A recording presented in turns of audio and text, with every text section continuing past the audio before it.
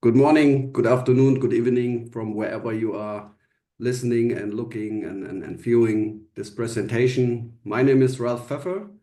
I'm the co-founder and CEO of Avemio AG. We went public last year. I brought along my colleague, my esteemed colleague Norbert Gunkler, who's taking more focused on the financial and who give you an insight on the financial details of the company. There is a third partner in the C level, which is Stefan Schenk. He's taking care about operations. He's not present today, but he's taking care of operation, as I sure can tell you. So my goal today is to give you an insight where we are coming from, what is our current position in the market, what is our market at all, and where we are heading to. So let's start with a short history situation. After 30 years, we decided to go public. We founded the company as a startup company, and I still regard it as the oldest startup company in Germany today. So we are still have a good move in the right direction. We started as a startup company in the special field of TV and film production technology. And we were able to grow in the market to become a leading or the leading trade house in the German market on high-end technology. To give you an a short introduction, what the history is all about, founded in 1993. We became the largest dealer's house in Germany, in the German-speaking market by 2015. And then we started to consolidate the market by getting all our competitors we had in the fragmented German market under the roof of our company. We started with the brand Teltec, which is still existing and which is still the leading brand in our portfolio on the dealer side. And in 2017, we acquired the big competitor in the Munich market, which is called Videocation. We proceed in a year later with Video Data in the Hamburg market. And in 2021, we finalized the consolidation of the German market, of the German-speaking market, by acquiring the former market-leading company BPM in Hamburg as well. They all became part of the group. And in 2023, we decided to go public to put an umbrella name over the group, and we called it Avemio. Avemio stays for AV, like audio and video, and the rest is just a very unique name. Unique selling points that we have is that we were the first, and we are still the only completely manufacturer independent full service provider in the high-tech market of professional film and television technology, which is, as I said, when we were analog, and this is where we started from, TV technology was a rocket science. It turned out to be a high-end IT business in today's world. And we are in the German-speaking market in Germany, Austria, and Switzerland, the largest trading company by far. And we also the largest company in the European Union. There is one competitor which is bigger in Europe. It's on the British island, but we are very close to what they are doing. So what we built with our manufacturer independent platform, which gave us a huge advantage to all competitors we had in Germany and still now in the European market. We built a very modern web shop, building e-commerce competence, and became, as I said, also in the e-commerce business, the leading part. Besides that, we also provide as very few in the European market, technical service maintenance for customers, of course, but also exclusively for certain manufacturers who are not established in the European market. We provide as a high-priced and high-investment seller financial options and, of course, very unique insurance services in the business.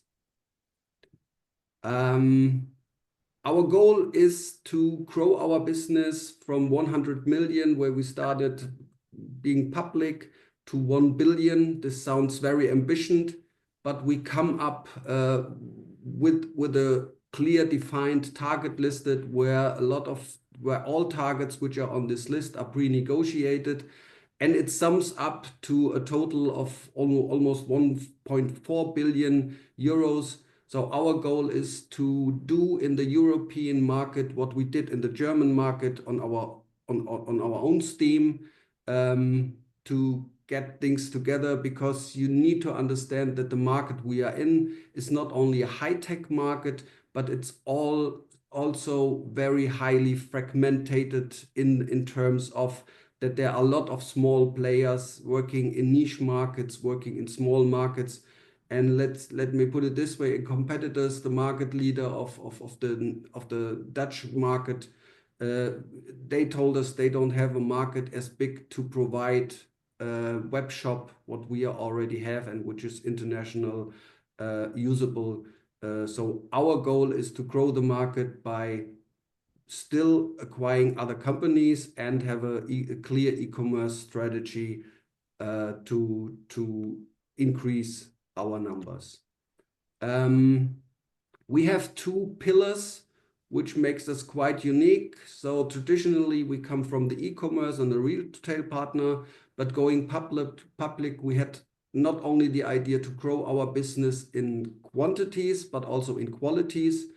When I joined the business, I had a clear understanding that it needed a manufacturer-independent dealer, which was not existing in those days. If we look to the market from a today point of view, it's very obvious that the market becomes more and more IT and AI. This is why we are funded an accelerator and incubator for startup companies, which looks quite successful. And we acquired a world-leading company in the high-end film and video IT business, which is called Move It, a Cologne company, which we knew for many years. So we now have two pillars. Let's say the dealer side on the left hand under the brand Teltech, and the IT business and AI business related on the trade market Move It. So as I said, it's easy to understand what we are doing under the Teltech brand. We are a retailer, a value-added reseller, as we call it, because all our sales guys are studied TV engineers. We provide all brands, which are all major brands, and we could say in the German market, we do serve every customer who is doing money or who makes money with moving pictures. This business starts at the YouTuber, TikToker, and it goes to the ZDF, to the big broadcasters and the big media companies as well. The second pillar we are building our business on is the IT business. This is very unique and different to what we are doing on the trade side. They provide infrastructure. Move It is the company which keeps us getting the content when we are looking, for example, the Olympic Games or the UEFA Championship or the FIFA Championship. So they are worldwide quite unique. They established their business 12 years back, and we are presented this year the first cloud in our business, which makes this IT approach quite unique. The market we are in is growing. The demand of broadcast equipment, this is the estimation, will grow, especially in the two-digit numbers over the next years, almost 20% annually growth in average. It's easy to understand why this happens, because everywhere you will see moving pictures. When you open the smartphone, you will get easily moving pictures, and to produce these pictures, to distribute these pictures, to archive these moving pictures, this is our business, and we are selling the equipment for this market. The market what we are coming from is called the broadcast market, so the big TV stations. But what we serve from as a manufacturer independent company, what's not only the broadcast market, but the all niche markets, which also needed moving picture technologies to provide their productions. And with the IT coming into our market, there were new niche markets growing, like gaming, streaming, virtual reality, augmented reality. And there is this one buzzword called metaverse. Metaverse is going to be a big and huge market. Nobody knows exactly how they will make the money, but if they need, and as they need production capacities, they will get easy those markets from us. So what will happen in the next years is those digital markets will grow into a metaverse market. The metaverse market is projected that it will grow in the next years almost 40% per year, and in 2033 it will be as big as 1.3 trillion US dollars. To give you an idea what that is, this is the GDP of something between Saudi Arabia and Spain. So it's going to be a big, new, huge market.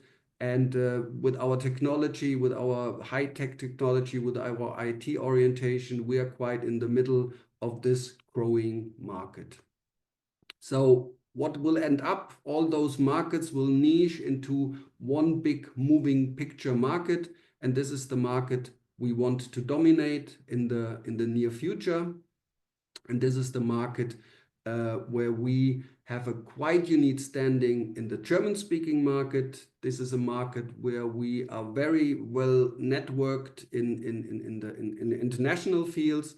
And this is a market where we will grow and use the ability. As I always say, there is a vacant position of a European market leader. There are not many companies like us which are already internationally established. So the European market leader is a vacant position. To give you an idea how big how the benchmark for German European market leader is, there is a company in the US which is a quite similar market in terms of size. It's a company called B&H. They are doing IT, photo, and video, and their turnover is beyond 6.5 billion US dollars. So this is the benchmark for European leader. So here it comes. Wrap it up. From my point of view, 3 reasons why you could invest into our business strategy. We do have a strong starting position at the moment. We are by far the German leading company in this field, already the largest company in the EU. Nevertheless, we only work in the German-speaking market. We have more or less, there are high barriers to enter our market because it's a high-tech market. You can easily identify that the photographic market, which is very keen to get into our market, is not able to step in our market. We have, from our understanding, a future-proof IT and AI strategy. which gives us a strong position to grow in terms of margin. We have a clear growth and internationalization strategy. We want to consolidate the fragmented market, which is still in hands of working nationally operating companies. And we have a clear and detailed and pre-negotiated target list of more than 1 billion euros. In the future, we will build not only the economy of scales by growing, but we also will act with OEM, with the own brands, with much bigger margins than we have at the moment. And because of doing the cloud services and the IT services, there is a growing part of our business where we will have margins above 75%, which gives us not only recurring revenues in the cloud business, but also a much more improved profitability, which will, of course, increase our market value. So this is the slide where we will go more into the numbers and details. As you can see, even though with the crisis, with the economy going a little bit down, we still have an average growth rate of more than 20%, starting from 2017 when we started to consolidate the German market.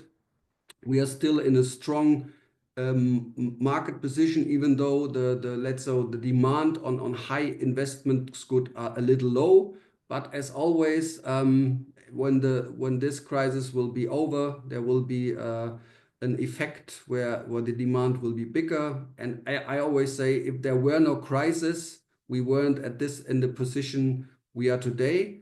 And this is the moment where I would like to pass the torch to Norbert Gunkler, our CFO, who will give you more insights on the, let's say, on the financial side and the number sides. Thank you so much until here.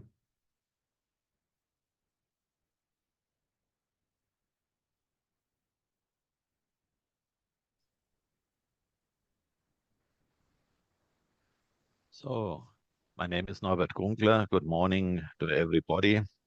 Maybe, as Pfeffer mentioned, maybe it's evening for some of you. And I will go into the financials and give you a brief presentation about what happened here in the last 2 years and what will be the nearest future. When you go one slide ahead, Ralf, yeah. So we first see the share price development, also distribution of shares in Avemio AG. We have to say we started in stock exchange via a reverse IPO at the beginning of the year 23 last year. And since May last year, we are listed on stock exchange Düsseldorf, what's called the Primärmarkt. And we started a designated sponsoring with IIF Bank to have also trading with our shares in the Xetra trading. You see market cap is around 30 million currently. I will not mention what happened here at the beginning of our stock history. This is another long story here. Distribution of shares. We see two major companies here, Bucon and TFM. These are the companies of the three founders of Teltec, the company described by Ralf in his presentation. And in Bucon, Ralf Pfeffer owns half of the shares of that company. That means they are around 29% in free float. But we have to consider here that free float does not mean these are the share trading volume at the stock exchange. because in connection with the reverse IPO, there is uh, there is the main shareholders cannot sell shares currently because this is a period of 3 years where they do not have the allowance to sell shares in the stock exchange. Therefore, we just have about 25,000 shares in our actual liquidity in the trading. This is a very low figure in comparison to 3.8 million for our total share volume, for our total stock. And this is a problem we have to solve for the near future. And hopefully there are some developments in the year 25 to solve this problem. Yeah, to go directly into the key financial figures. Here you see the comparison of the year 22-23 Taltech Group, which has been bought in Avemio on the 1st of January 23. And so this is nearly the best comparison we have because Taltech Group nearly is identical with Avemio Group in these 2 years. We see a very significant slowdown of our sales revenues. That means we have this slowdown. Ralf described that because we are operating in B2B business, and that means that the investment volumes in this type of business have been going down mainly since the second half of the year 23. And this is the reason why we see here quite a high decrease of our sales figures, which is going down in the P&L to the bottom line. The comparison is here 4.4 million EBITDA to 0 between the years 22 and 23. And this is due to the lower volume we had in our top line. I have split it up, these figures, in the next slide. And this shows there is a difference in the structure between the years 22 and 23. You can see here the total Avemio Group figures in the first column. And then what we call the group shell is the foundation of the Avemio AG as a, can say, holding company. And this company is mainly has no sales volume. It is mainly for the expenses we have in connection with our stock listing, with our reverse IPO in the year 23. That means this is a difference with Taltech AG around 500,000 euros of expenses in that holding company. Another effect is a consolidation effect in relation with the bringing in or the brought in of Taltech in Avemio. I will explain that later. Software digital services, we acquired these two companies, Movit MSP. These companies are only consolidated for 4 months in the year 23, therefore quite a low figure.